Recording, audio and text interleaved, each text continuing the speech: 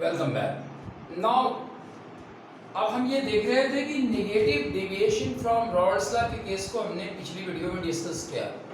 Example के रूप में हमने H2O लिया और HCl लिया।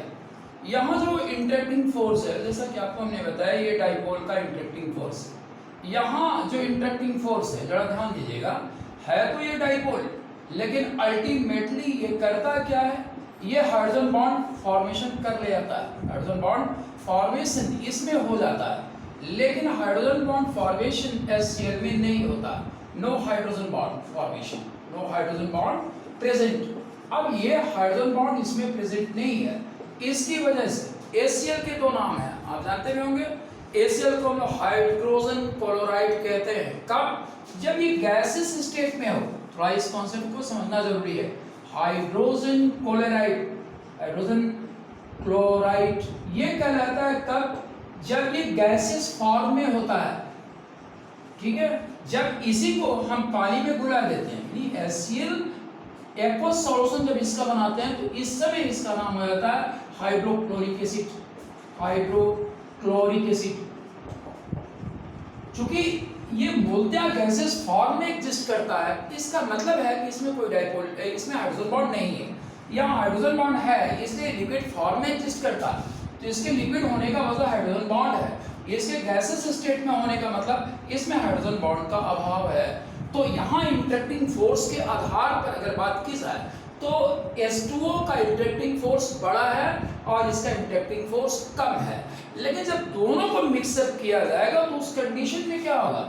उस कंडीशन में आयन डाइपोल फोर्स बनेगा, आयन डाइपोल फोर्स। और आपने क्लास 11th में पढ़ा है कि आयन डाइपोल फोर्स बहुत बड़ा फोर्स होता है। तो बड़ा फोर्स होने की वजह से जो वेपर फॉर्मेशन होगा इस लिक्विड लिक्विड मिक्सचर का, वो कम वेपर बनाएगा। कम वेपर इसलिए बनाएगा कि फोर्स इस फोर्स से भी बड़ा हो चुका है और इसलिए वेपर फॉर्मेशन कम होगा। अब हम लोग इसी बात का ग्राफिकल इंटरप्रिटेशन देखते हैं।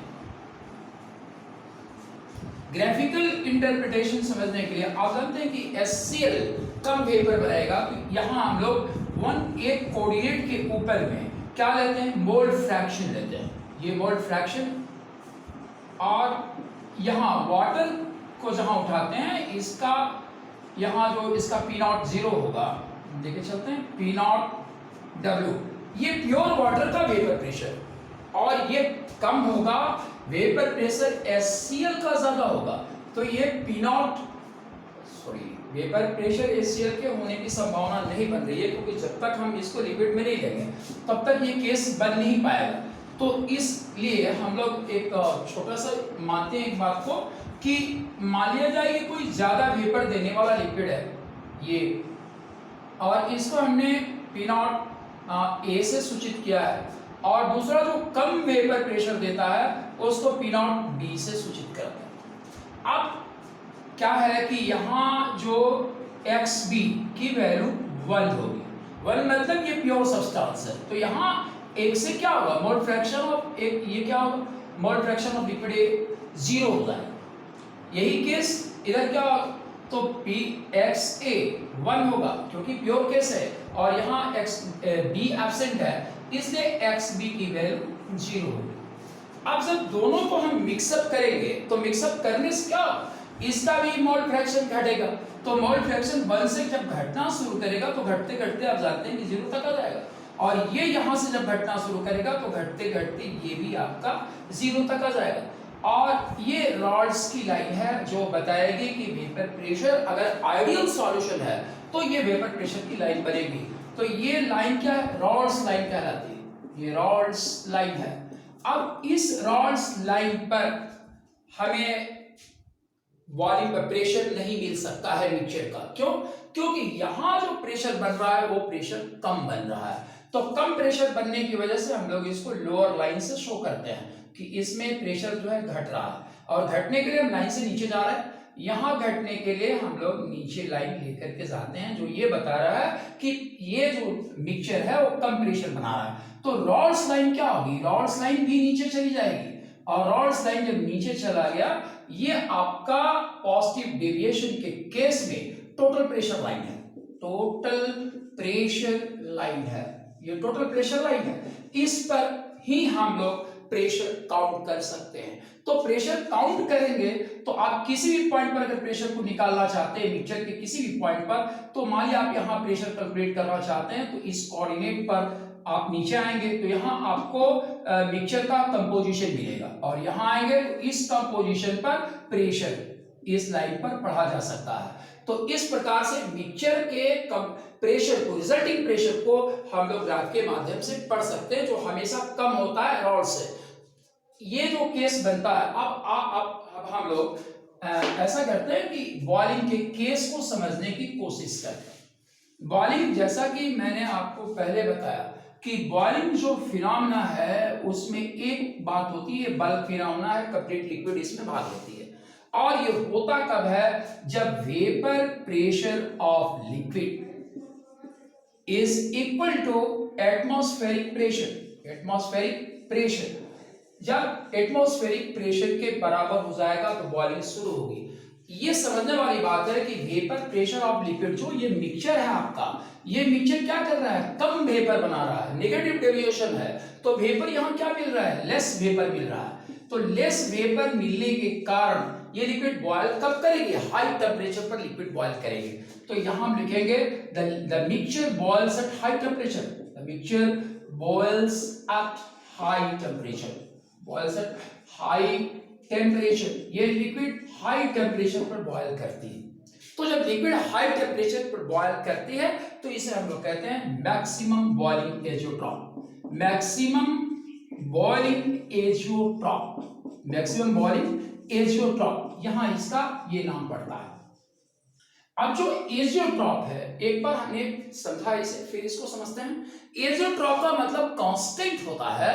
तो कांस्टेंट से यहां क्या आपको मतलब मिल रहा है, ये कांस्टेंट क्या दिखा रहा है, ये कांस्टेंट ये दिखाता है कि अगर ये मिक्सचर बॉयल कर गया तो मिक्सचर जब बॉयल कर जाएगा तो composition of liquid, composition of liquids, composition of constituent liquids, composition of constituent liquids, constituents liquid will be equal to composition of constituent vapors, composition of constituent vapors, of constituent vapors, constituent vapors, ये constituent vapor के constitution composition के बराबर हो जाएगा।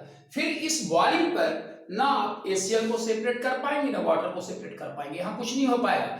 इसलिए separation technique क्या है, boiling के पहले होती है, बॉइलिंग के बाद सेपरेशन नहीं किया जा सकता है, बॉइलिंग के दरमियान सेपरेशन नहीं किया जा सकता है। इसलिए जब हम लोग एसीएल का कॉन्सेंट्रेशन करते हैं तो बॉइलिंग के पहले ही एसीएल का कॉन्सेंट्रेशन किया जा सकता है, उसके बाद कॉन्सेंट्रेशन पॉसिबल नहीं है। अब इसके बाद हम लोग जो टॉपिक हमने देखा यहाँ, लिक्विड लिक्विड सॉल्यूशन का आइडियल केस हमने देखा, नॉन आइडियल केस देखा, कॉन्सेप्ट ऑफ एजियोट्रॉपिक सॉल्यूशन भी हमने देख लिया। अब अगला टॉपिक जो हमारे लिए बचा हुआ है, लॉरिंग इन वेपर प्रेशर। इस चीज को समझने का प्रयास करेंगे कि वेपर प्रेशर की लॉरिंग किस कंडीशन में होती है, यदि सॉलिड पार्टिकल्स को डाला जाए। तो ये जो केस आपका बन रहा है, ये केस किस केस को हम डिस्कस कर रहे हैं, सॉल्वेंट अगर लिक्विड है और यहां सॉल्यूट, सॉल्यूट का एक डेफिनेशन इस जगह पर नॉन वोलेटाइल सॉलिड है, नॉन वोलेटाइल सॉलिड है, नॉन वोलेटाइल सॉलिड है। इस केस को हम डिस्कस कर रहे हैं कि अगर नॉन वोलेटाइल सॉलिड हम बनाते हैं, सॉल्यूशन बनाते हैं ऐसे केस में, तो ये सॉल्यूशन क्या है, solid liquid solution, solid liquid solution, ये केस हम डिस्कस कर रहे हैं। तो सॉलिड लिक्विड सॉल्यूशन का केस जो डिस्कस कर रहे हैं, इसमें सॉलिड की एक खास बात है, वो नॉन वोलेटाइल है, वो वाष्पित नहीं हो सकता, वेपर फॉर्म में नहीं जा सकता। तो यहां क्या घटना घटेगी, इसे समझने की कोशिश की जा रही है। अब देखिए, सपोज दैट हमने किसी बीकर में पानी ले लिया, ये आपका वाटर है, हमने इसमें रख लिया, तो इवेपोरेशन के बारे में आप जानते हैं, इवेपोरेशन बल्क फिनोमेना नहीं है, इवेपोरेशन बल्क फिनोमेना नहीं है, इसमें पूरी की पूरी लिक्विड पार्टिसिपेट नहीं करती है, इसमें वो पार्टिसिपेट करता है जो सरफेस पे होता है। तो इवेपोरेशन क्या है? Evaporation is a surface phenomena, surface phenomenon, phenomenon. Evaporation एक सरफेस फिनोमेनॉन है। तो जितना बड़ा सरफेस होगा उतना ज्यादा इवेपोरेशन होगा। बहुत क्लियर बात है। और इसलिए हम लोग जब कपड़े को सुखाने के लिए रखते हैं धूप में, तो क्या करते हैं, उसके सरफेस को इंक्रीज करते हैं, उसको काफी फैलाते हैं, जिससे कि इवेपोरेशन तेज हो और जल्दी से कपड़ा सूख जाए। आप अगर स्कूल जा रहे हैं, स्कूल जाने में आपको समय हो चुका है और घर से मान लीजिए चाय पीने के लिए दे दिया गया, आप क्या करोगे? उसका कप का एरिया बहुत कम होता है, सरफेस उसमें बहुत कम है और इसलिए इवेपोरेशन स्लो होता है, तो ज्यादा देर तक गर्म रह जाएगा। तो हम ठंडा करने के लिए क्या करते हैं, उसे प्याले में डाल देते हैं। प्याले में डालने में क्या होता है, उसका क्षेत्रफल जो है बढ़ जाता है, उसका एरिया बढ़ जाता है, सरफेस एरिया बढ़ता है और इवेपोरेशन तेज होने लगता है। इवेपोरेशन के बारे में एक छोटी सी बात जो आप जानते भी हैं, evaporation causes cooling, evaporation causes cooling. Evaporation हमेशा कूलिंग पैदा करता है, इवेपोरेशन से ठंडक पैदा होती है।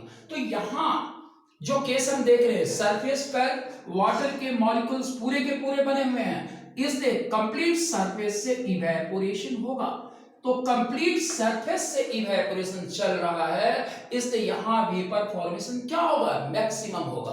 तो आप देख रहे हैं कि as in pure liquid, as in pure liquid, the evaporation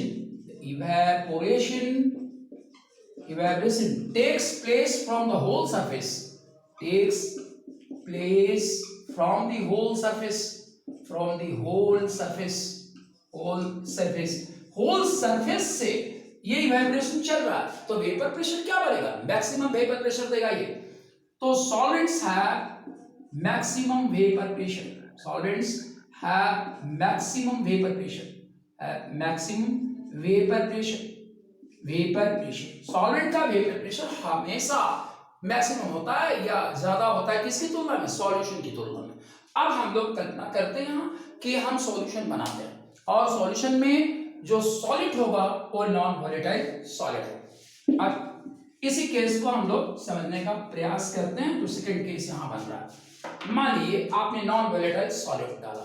तो नॉन वोलेटाइल सॉलिड जब आपने डाला है तो वैसे कंडीशन में सॉल्यूशन क्या है, आपको मालूम है सॉल्यूशन एक होमोजेनियस मिक्सचर है। होमोजेनियस मिक्सचर होने की वजह से इसके पार्टिकल का इक्वल डिस्ट्रीब्यूशन होगा। तो इक्वल डिस्ट्रीब्यूशन जब पार्टिकल्स का होगा तो इसके सरफेस पे सॉलिड के कुछ पार्टिकल्स पहुंच जाएंगे।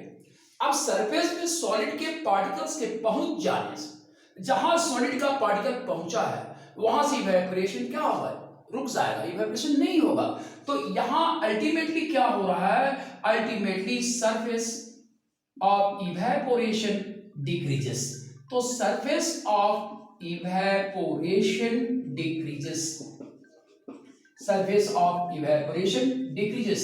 अब यहां जो सरफेस ऑफ इवेपोरेशन डिक्रीज कर गया, क्यों डिक्रीज कर गया, क्योंकि सरफेस पर नॉन वोलेटाइल सॉलिड पार्टिकल्स आ चुके हैं, उनके वजह से ये सरफेस कम हो गया, इसलिए सॉल्यूशन क्या करेगा, कम वेपर बनाएगा। तो हम लोग क्या लिखते हैं, तो vapour pressure of solution, vapour pressure of solution is always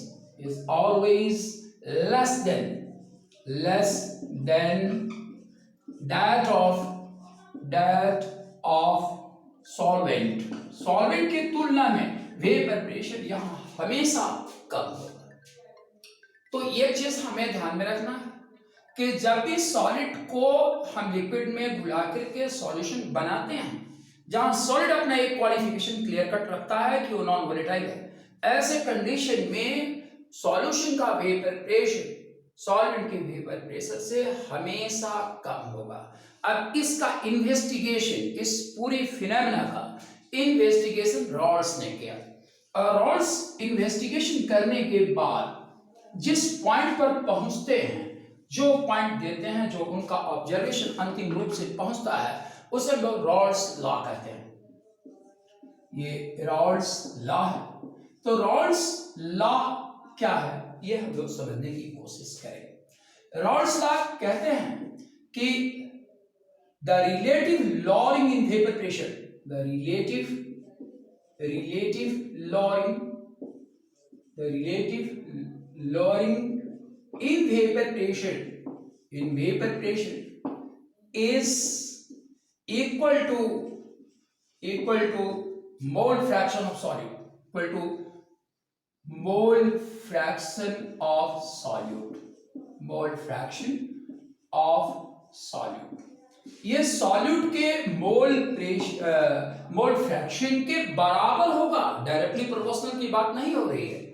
directly proportional अगर कहा जाएगा तो हमें प्रोपोर्शनलिटी कांस्टेंट लेना पड़ेगा।